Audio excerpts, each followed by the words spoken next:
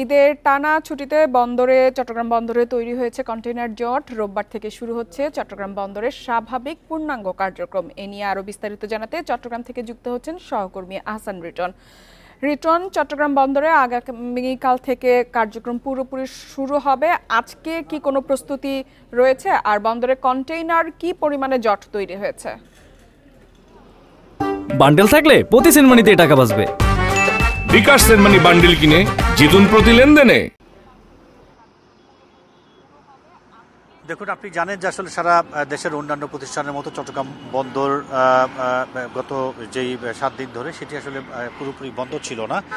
সেখানে যে কার্যক্রম ছিল বিশেষ পদ্ধতিতে সেই কার্যক্রমগুলো চালিয়ে নিতে হয়েছে। কিন্তু আপনি জানেন যে আসলে এই টানা যে ছুটি, সেই ছুটির সময় বন্দর কেন্দ্রিক যে সমস্ত ব্যবসায়ী রয়েছে তারা আসলে তাদের যে সমস্ত কন্টেনারগুলো এখানে বন্দরে ছিল সেগুলো আসলে সময় মতো খুব বেশি ডেলিভারি নেয়নি, ফলে এক ধরনের জট এখানে তৈরি হয়েছে। আমরা একটু বলতে চাই যে গত 4 জুন চট্টগ্রাম বন্দরে 28,000 কন্টেনার ছিল, যেটি 11 জুন এসে 39,000 কন্টেনার ছাড়িয়ে গেছে। অর্থাৎ এর কারণটি হচ্ছে যারা বন্দর কেন্দ্রিক ব্যবসা বাণিজ্য করেন তারা আসলে এই দীর্ঘ 7 দিনের যে ছুটি সেই ছুটিতে ছিলেন এবং একেবারে খুব নেহাত প্রয়োজন ছাড়া আসলে খুব বেশি কন্টেনার এখান থেকে যায়নি, এবং যে কারণে এই জটটি তৈরি হয়েছে। আপনি দেখতে পাচ্ছেন আসলে অন্যান্য সময় আমরা দেখি চট্টগ্রাম বন্দরের যে বন্দরের ভেতরটাই আমরা যদি দেখাই তাহলে অন্যান্য সময় এই সময়ে যে পরিমাণ কন্টেইনার ওঠানামা থেকে শুরু করে অন্যান্য যেরকম মানুষের পদচারণে পুরো বন্দরটি মুখরিত থাকে, আজকে আসলে তেমনটি নেই। একেবারে নেহাত প্রয়োজন ছাড়া খুব কম ক্রেনই এখানে আসলে মুভ করছে।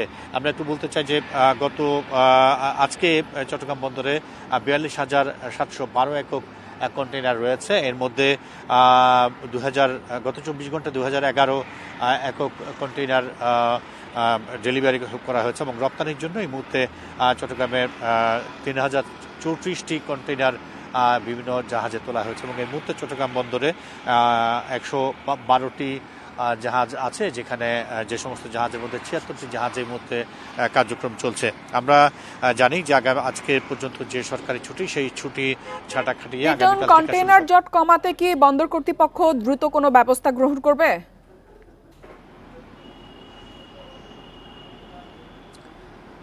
আমরা আসলে অন্যান্য সময় যেটি দেখেছি সেটি হচ্ছে কন্টেইনার জট যদি বাড়াবাড়ি রকম হয়ে যায় সেক্ষেত্রে আসলে বন্দর কিছু কার্যক্রম নিয়ে থাকে। নিশ্চয়ই তারা সেরকম কোনো বিকল্প ব্যবস্থা খুঁজছেন, যেহেতু এই টানা 7-8 দিনের যে জট এই বন্ধ, সেই বন্ধে বিপুল পরিমাণ কন্টেইনার জমা হয়ে গেছে, যেগুলো স্বাভাবিক সময়ের চেয়ে বেশি, এবং প্রতিনিয়ত সেটি যেহেতু আগামীকালকে খুলবে সেখানে আরও নতুন কন্টেইনার যোগ হবে। ফলত এগুলোকে সময় মতো ডেলিভারি দেওয়ার জন্য এবং বন্দরে যে বাড়তি জট তৈরি হয়েছে সেটিকে সরানোর জন্য নিশ্চয়ই বন্দর আহসান রিটন, আমাদের সাথে যোগ দেওয়ার জন্য আপনাকে ধন্যবাদ।